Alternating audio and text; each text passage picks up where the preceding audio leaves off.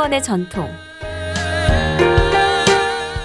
이번 차시 수업 이후에 여러분들은 단군기원의 의미와 역사적 의의에 대해 설명할 수 있으며 단군기원의 등장과 변화 과정에 대해 설명할 수 있습니다. 네, 그럼 다음으로 단군에 대한 인식이 역대로 어떻게 변해왔는지, 오늘날까지 어떻게 이어지고 있는지 한번 살펴보도록 하겠습니다. 자, 이미지를 보면 어떤 신문에 그 연도를 표기한 부분을 좀 돋보기로 이렇게 확대해 놓고 있는데요. 그죠? 거기 보면 이렇게 되어 있습니까? 좀 밑에다 이렇게 캡션을 달아놨습니다만 단기라고 되어 있고 가로하고 단기 한자 써 있고 단군기원이라고 좀 뜻을 풀어놨습니다. 자, 단기로 4288년이다 라고 하는 연도표기입니다. 요즘은 우리가 서기를 쓰죠. 그래서 올해는 서기로 2022년이라고 우리가 그렇게 알고 있는데, 서기의 기준 연도는 바로 그런 기독교에서 신으로 이렇게 하고 인정하고 있는 바로 예수 그리스도의 탄생 연도를 기준으로 해서 그때 이후로부터 2022년이 흘렀다 이런 얘기겠죠. 자, 그렇다면 단기라고 하는 것은 단군이 나라를 세운 때로부터 4288년이 되는 해다. 그런 의미입니다. 그것은 이제 우리가 조금 어려운 말로 단군기원이다 라고 얘기합니다. 자, 단군이 처음 건국한 해, 그것이 어떻게 보면 단군기원 1년이 되겠죠. 그로부터 4288년이 되는 해다라는. 자, 이거는 계산해 보면 이제 우리가 나옵니다만, 그 아래 자막에 이렇게 출처 표시가 되어 있습니다. 1955년 10월 3일 바로 개천절 그 날에 단기 신문 기사를 가져온 건데요. 자, 1955년이 단기로 4288년이라면 여러분 수학 계산을 빨리 해보면 어떻게 돼요? 기원전 2333년이 단군기원 1년 원년이 되는 겁니다. 다시 말해서 서력기원 서기가 AD 0년 그때를 기준년 예수 그리스도가 탄생한 그 해를 원년으로 해가지고 1, 2, 3, 4 쭉 나오듯이 이렇게 단군기원 원년은 단군이 조선을 건국한 그 해를 기준으로 해서 연도를 계산하는 방식인데, 과연 이것은 무엇에 근거해서 기원전 2333년을 단군 원년, 단군이 조선을 건국한 해라고 알게 되었을까요? 언제부터 이런 인식, 연도 계산 방식이 있었던 건가요? 있었을까요? 그걸 한번 한국사를 통해서 알아보고요. 이것은 어떻게 보면 단군을 우리 역사 민족의 시조로 인식한 역사 의식이 언제부터 있었는지 그것을 알 수 있는 중요한 하나의 단서가 될 것이라고 생각됩니다. 이번 차시 수업 전 다음 질문의 답을 생각해 보세요. 단군기원의 기준 연도, 즉 단군 원년은 언제일까요?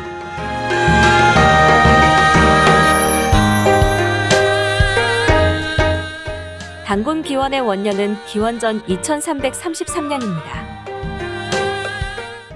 지금 남아있는 기록상으로는 앞서도 보았습니다만 고려 후기 1287년에 이승우가 편찬한 정왕운기라고 하는 책 속에서 바로 이런 단군기원 인식이 처음 보입니다. 물론 그와 비슷한 시기에 편찬된 삼국유사에서도 단군기원 인식이 간접적으로 보이는데, 직접적으로 보이는 것은 바로 이 이승우의 정왕운기라고 할 수 있습니다. 거기에 따르면 앞서 보았습니다만 단군이 조선을 개국한 해, 다시 말해서 단군이 즉위한 해를 중국 요임금과 같은 요임금 즉위년 무진년이라고 했습니다. 그래서 요 원년이 곧 단군 원년이다. 그리고 그것은 간지로 봤을 때 무진년이다 이렇게 했습니다. 이러한 기념법은 바로 북송 시기에 유서라고 하는 학자가 편찬한 통감외기라고 하는 기록에 영향을 받은 것인데요. 거기에 이제 요임금이 즉위한 원년이 무진년이라 했거든요. 그래서 거기에 근거를 해서 그럼 단군이 요임금과 같은 해 조선을 개국했기 때문에 그러면 자연히 단군의 원년도 요임금과 같은 원년, 무진년이 돼버리는 것이죠. 이렇게 계산, 그런 기념법에 의해 가지고 제왕운기 속에서는 이러한 아래와 같은 단군기원 인식을 보여줘요. 뭐냐면 고려 태조 18년에 신라의 마지막 왕 경순왕이 고려 태조에게 기부를 하게 됩니다. 이제 나라를 들어서 이렇게 고려에 바치는 것이죠. 이제 더 이상 신라가 쇠락해져 가면서 더 이상 나라를 유지할 수 없게 되니까 고려 태조에게 신라를 바치게 됩니다. 자, 그렇게 되면서 사실 명실상부하게 고려태조는 이제 후삼국을 통합할 수 있는 발판을 마련하게 됩니다. 물론 그 다음에 후백제, 견훤의 아들을 신검을 물리치면서 결국은 936년 후백제를 멸망시키고 후삼국을 완전히 통일하게 되지만 사실상 고려태조 18년에 신라 마지막 경순왕의 기부를 받음으로써 어떤 그런 후삼국 통일의 기반을 다졌다는 의미에서 제왕후기 속에서는 고려태조 18년을 굉장히 강조하고 싶었던 거예요. 그래서 그 해 고려태조 18년을 단군 원년인 무진년으로부터 계산해 보니까 3288년이 되는 해다라고 표기하고 있습니다. 자, 원문에는 3268년이라 되어 있습니다만 이건 계산을 다시 해보니까 이승유가 뭔가 착오를 했던 것 같아요. 더하기 빼기를 잘못해가지고 3268년이 된 것 같은데 이승유가 제시한 어떤 기록 쭉 연도수를 합쳐서 다시 한번 계산을 해보니까 3288년이 맞아요. 자, 3268년이 맞아요. 3288년이 잘못됐고. 자, 그러다 보니까 이 3268년이라고 하는 것은 단군 원년으로부터 계산해서 서기 935년까지 3268년이 되는 것이니까요. 이걸 다시 빼기를 해보면 단군 원년 기준년이 서기를 몇 년이 했을지 나오겠죠. 그걸 다시 한번 확인해 보면 자, 이렇게 표에서 보시는 것처럼 이승유는 제왕후기에서 단군의 전조선이 삼국유사에서 고조선이라 했던 걸 제왕후기에서는 전조선이라고 표현했습니다. 앞에 있던 조선이라는 얘기죠. 1048년 동안 나라를 다스렸고 단군이 그 다음 기자의 후조선이 928년이었고 그 사이에 164년이 있고 위만과 그 아들 손자가 3세 동안 88년을 다스렸고 신라가 992년 동안 나라를 유지했었고 이런 쭉 연도가 나옵니다. 제왕후기 속에. 이런 연도를 다 합산해 보니까 3268년이 나온 거예요. 그러면 단군 원년 한번 계산해 볼까요? 3268 빼기 서기 고려태조 18년이 935년이니까 빼면 2333년이 나오죠. 자, 이렇게 되면 제왕후기가 편찬되었던 13세기 후반인 아직 서기라고 하는 그런 연대 표기 방식 쓰지는 않았습니다만 그거를 오늘날의 서기 방식으로 다시 한번 계산해 보면 역시 이승유의 제왕후기가 편찬됐던 그 당시에 이미 기원전 2333년을 단군의 원년으로 인식하는 그런 역사 의식이 있었다라는 것을 우리가 알 수가 있습니다. 그런 의미에서 지금 아까 앞서 보았던 우리가 근현대에 지금도 쓰고 있는 단기라고 하는 연대 표기의 그 기원, 오리진은 바로 고려 후기 13세기에 편찬된 바로 제왕후기의 기록을 통해서 그때부터 분명하게 역사로 확인할 수 있다라고 말할 수 있겠습니다. 그 제왕후기에서 성립된 바로 이런 단군기원 인식은 다음 조선 전기에 편찬된 동국통감에서 다시 한번 변화하면서 재정립되게 됩니다. 자, 제왕후기에서는 아래 표에 보시는 것처럼 기원전 2033년 똑같이 단군 기원 원년을 같은 해로 보고 있어요. 동국통감이랑 마찬가지로. 근데 차이가 있으면 뭐가 차이가 있을까요? 바로 밑에 보면 단군 원년의 간지도 무진년이로 똑같아요. 다만 뭐야?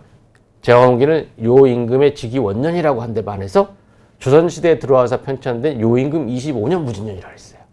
자, 이걸 역으로 계산해 보면 제왕후기가 근거한 역법, 다시 말해서 유서의 통감액기는 요 임금 원년을 무진년이라고 본 것이고 동국통감이 근거한 중국 송나라 역시 소옹이라고 하는 학자가 편찬한 황극경세서라고 하는 그 역법의 기년에 따르면 요 임금 원년은 갑진년이 되게 됩니다. 자, 이렇게 왜 제왕후기에서는 요 원년 무진년에 단군이 조선을 열었다고 했는데 왜 조선시대에 편찬된 동국통감에서는 요 25년 무진년에 단군이 조선을 기국했다 그래가지고 이렇게 고려 후기와 조선 후기에 편찬된 두 역사서 차이에 왜 이러한 25년 정도의 시차가 보이는 걸까요? 그건 한번 우리 다음 슬라이드를 통해서 좀 더 자세하게 한번 살펴보도록 합시다. 바로 그것은 조선이 개국한 해 1392년이죠. 조선 태조가 이성계가 개국했던 1392년과 명나라, 조선과 함께 비슷한 시기에 중국에서 새롭게 건국된 명나라가 건국된 1368년 그 연대의 시차가 딱 25년입니다. 다시 말하면 단군 원년을 기존에는 요 원년이라 보았다가 이렇게 조선시대에 들어와서 다시 말해서 조선 건국 이후에 요 원년이 아니라 요 25년 무진년이라고 조정한 이유는 서거정이 바로 필원 잡기에서 아래에 자세히 밝히고 있는 것처럼 서거정이라는 인물은 바로 동국통감을 편찬했던 대표 편찬자입니다. 동국통감이라는 것은 조선시대 때 세조의 명예에 의해서 편찬이 시작되었다가 이제 성종 때 완성된 책인데요. 이 서거정을 중심으로 여러 그런 학자들이 참가해가지고 편찬된 역사서거든요. 근데 서거정은 바로 동국통감 편찬의 대표 학자였습니다. 그 서거정에 남긴 기록에 의하면 이런 거예요. 요 원년으로부터 명나라 태조 주원장이 명을 세웠던 그 해까지가 3785년이고 단군 원년으로부터 조선 태조 이성계가 조선을 세웠던 1392년까지 또 3785년이고 똑같다는 얘기죠. 그래서 중국사에 명나라가 세워지게 되는 과정과 우리 한국사, 그 당시 이제 동국사라고 표현했습니다만 동국통감이니까요. 동국사에서 단군 이후에 조선 태조가 조선을 세운 그 역사가 어떻게 이렇게 똑같으냐라고 하면서 굉장히 탐복에 맞지 않으면서 이 동국의 역사와 중국의 역사가 이와 같이 똑같이 전개되었다는 걸 굉장히 자랑스럽게 얘기합니다.